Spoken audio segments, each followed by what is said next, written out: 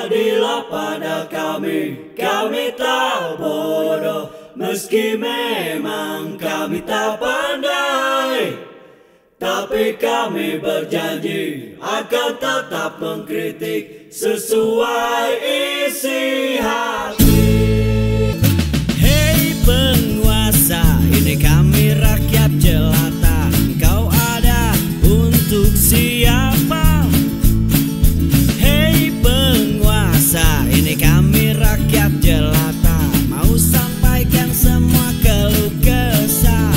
Bekerjalah dengan hati, pakai empati. Jangan banyak intrik, apalagi bikin taktik.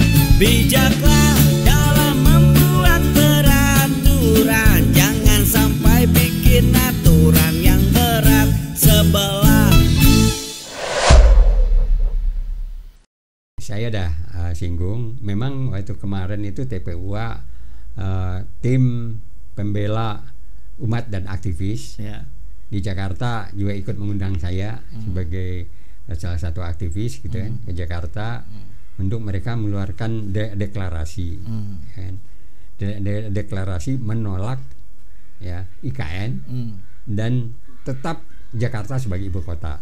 Kalau kita lihat IKN ini kan hayalan tadinya, dan itu tidak pernah dibicarakan pada periode pertama, baru muncul di periode kedua. Penetapan undang-undangnya juga sangat dikebut, cuman beberapa, nggak sampai 2 bulan kok, 42 hari apa? Ya. Dan saat itu memang partai koalisi itu partai koalisi gendut, apa saja yang dia maui oke, gitu kan. Jadi artinya apa?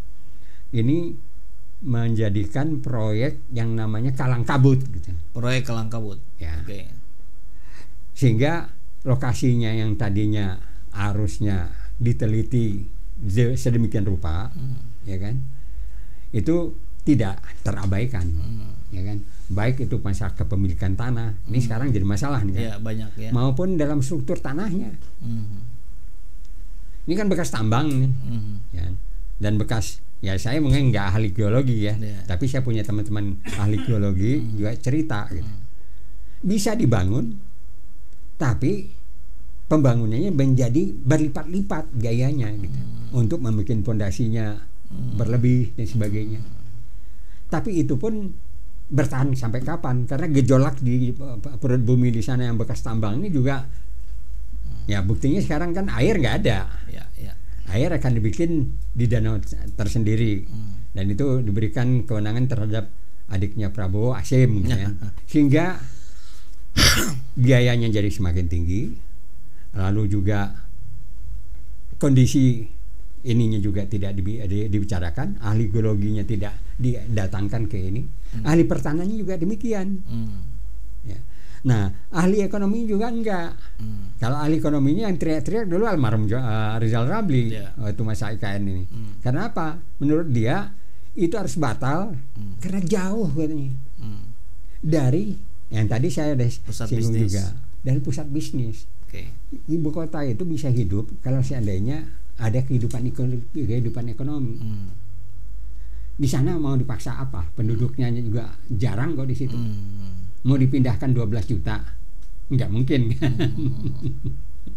Nah, infrastruktur untuk itu ada di Jawa. Itu yang terjadi untuk IKN. Jauh, ya kan? Akhirnya sudah dilihatin, sudah fakta ini, bukan dilihatin lagi. Di Malaysia juga pernah membuat kota baru, Green City namanya. Saya lupa nama Green City. Itu menjadi kota hantu sekarang. Nggak ada penduduk, mau dipindah pun nggak mau. Akhirnya jadi kota hantu. Yang tadi yang juga saya singgung masalah di Cina itu. Cina punya duit, dia dengan gampang membuat kota. Ada 50 kota lebih dia bikin kota baru. Semua kosong. Karena jauh dari pusat bisnis Shanghai dan segala macam. Sehingga nggak ada yang mau pindah ke situ. Jadilah kota hantu. Jadi IKN ini harus dihentikan. Karena akan mangkrak dengan pertimbangan-pertimbangan saya tadi, masalah geologi, masalah hankamnya, masalah ketersediaan airnya. Jadi seluruh aspek tidak terpenuhi lah. Ya. masalah pusat ekonominya. Karena dulu yang merancang begini kan karena Jokowi kan presiden, raja lah katakan. Saya maunya di situ bikinin, mau nggak mau kan jalan, loloskan, mau nggak mau. Atau mungkin juga bukan keinginan Pak Jokowi, keinginan pembisiknya mungkin. Bisa jadi, tapi yang jelas dia dibisikin, Pak bangun di situ. Nanti kan Bapak punya sejarah, ada legacy, warisan yang menaikkan nama Bapak.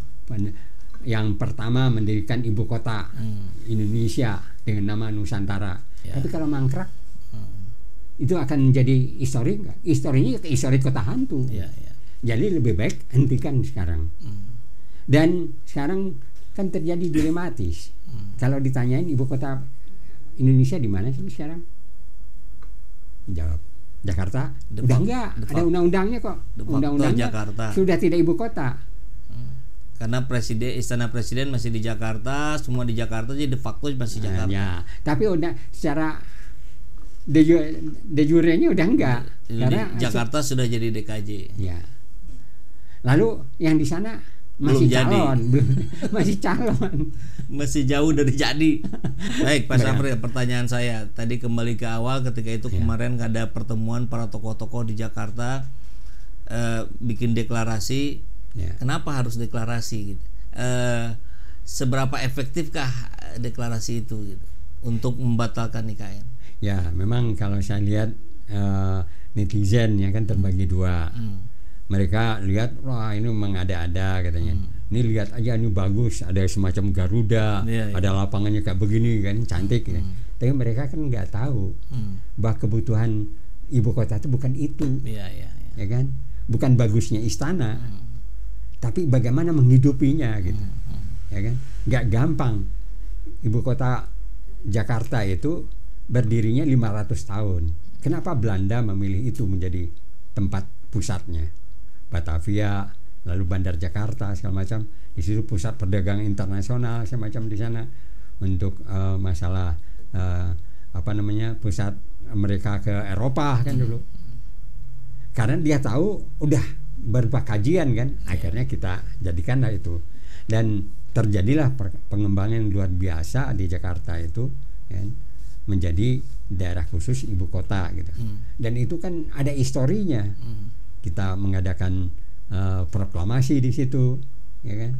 Lalu juga kita dalam hal menghidupi seluruh ekonomi hampir berapa puluh persen adanya di Jakarta.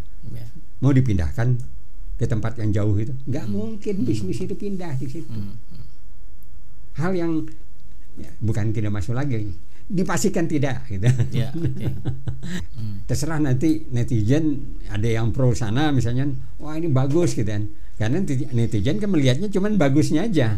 Ya, dibandingin dengan bangunan istana di Jalan Merdeka misalnya. Kalau ini kan udah. Jadi itu sebabnya kita para tokoh deklarasi. Terserah nanti mau diterima atau tidak oleh netizen, tapi kita udah menjelaskan ke mereka, ini berbahaya. Ya. Akan jadi mangkrak. Sementara duit kita butuh untuk pendidikan. Baik. Ya. Lalu difoya-foyakan untuk membangun ini. Katanya sih ada investor. Sampai sekarang akhirnya jujurnya menteri-menteri baik Bahlil maupun si PUPR Menteri Basuki menyatakan tidak ada satupun investor yang masuk. Baru menggunakan APBN sudah 80 triliun lebih, tinggal 15 triliun lagi, baru masih seperti itu. Ya. Nah, jadi kemarin deklarasi itu dalam rangka mengingatkan rakyat ya untuk sadar bahwa IKN itu sesuatu yang mubazir yang akan justru membahayakan ini kalau terus dilanjutkan. Langkah selanjutnya dari kawan-kawan para tokoh ini apa Pak setelah deklarasi? Ya. Jadi memang saya belum sempat ngobrol setelah kita deklarasi langsung berangkat ke Bandung kan. Tapi yang saya dengar mereka akan mengadakan berbagai aksi lah untuk itu, termasuk masalah kondisi sekarang yang tadi Jakarta katakanlah sudah secara de facto, tapi de jure tidak lagi ibu kota gitu. Ya kan? ini kan berbahaya. Iya. Ya kalau ditanya di mana ibu kota Indonesia, tidak ada yang bisa jawab sekarang nih. Ya karena de jure-nya ini sudah menjadi DKJ. Ya. Daerah khusus Jakarta, tidak lagi ibu kota gitu. Nah, aksi-aksi yang akan dilakukan itu apakah akan dikhususkan untuk pembatalan IKN atau menyangkut yang lain-lain seperti diskusi kita dari sejak awal tadi, Pak? Bisa terjadi secara karena sudah komplikasi permasalahannya, bisa akan terjadi seperti itu.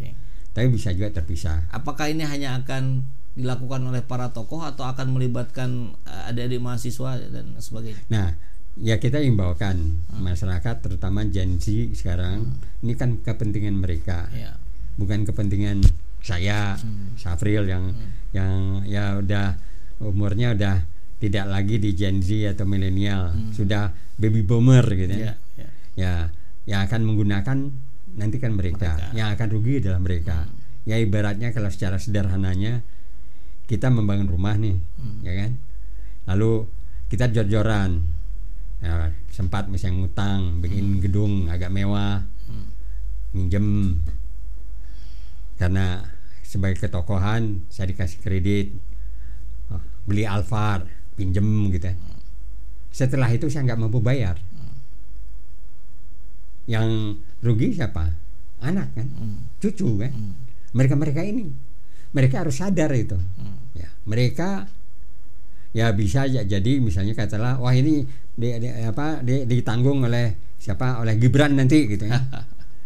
Ya kan kita udah tahu Gibran kan pendidikan juga tidak jelas, ya kan?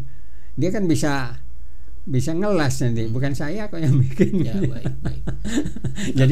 Jadi ini apa namanya yang kita himbaukan itu adalah ke kalangan kita tuju adalah Gen Z, mahasiswa, ya kan, termasuk juga milenial. Milenial ini kan kalangan eksekutif, yang sekarang sedang bekerja. Ada yang mungkin jadi kepala shift, ada yang kepala bagian, ada yang kepala divisi dan sebagainya. Karena milenial kan lagi manggung nih sekarang, gitu ya.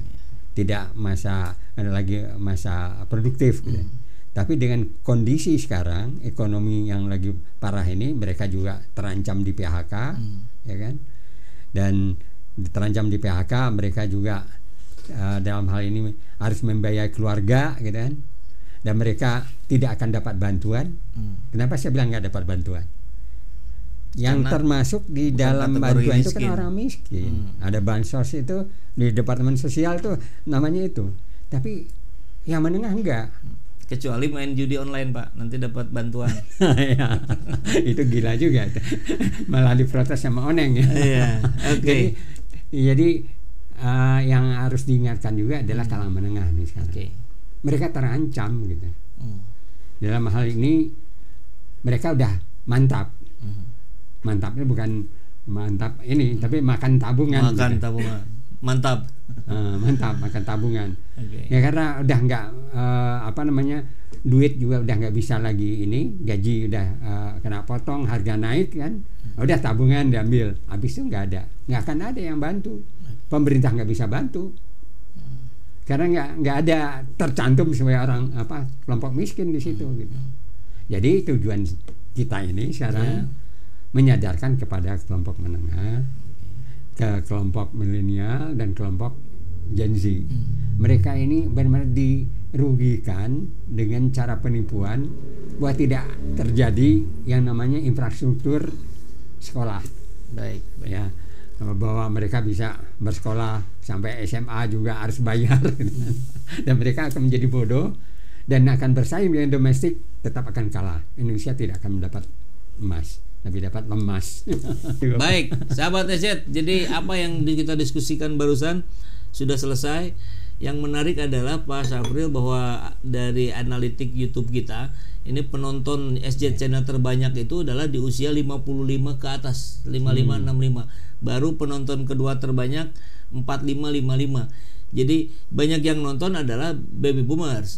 Maka tugas Bapak Ibu sekarang adalah ingatkan anak-anaknya, ingatkan cucu-cucunya, sebarkan atas bahayanya kondisi kita hari ini yang sedang tidak baik-baik saja, untuk terus ikut ambil bagian dalam berbagai cara untuk menolak IKN, untuk memberhentikan biang kerok dari segala permasalahan di negeri ini. Melakukan perusakan. Jadi tanggung jawab sekarang ada di Bapak Ibu semua untuk mengingatkan anak dan cucunya. Terima kasih. Assalamualaikum warahmatullahi wabarakatuh. Waalaikumsalam warahmatullahi wabarakatuh. Terima kasih Pak Sapurya.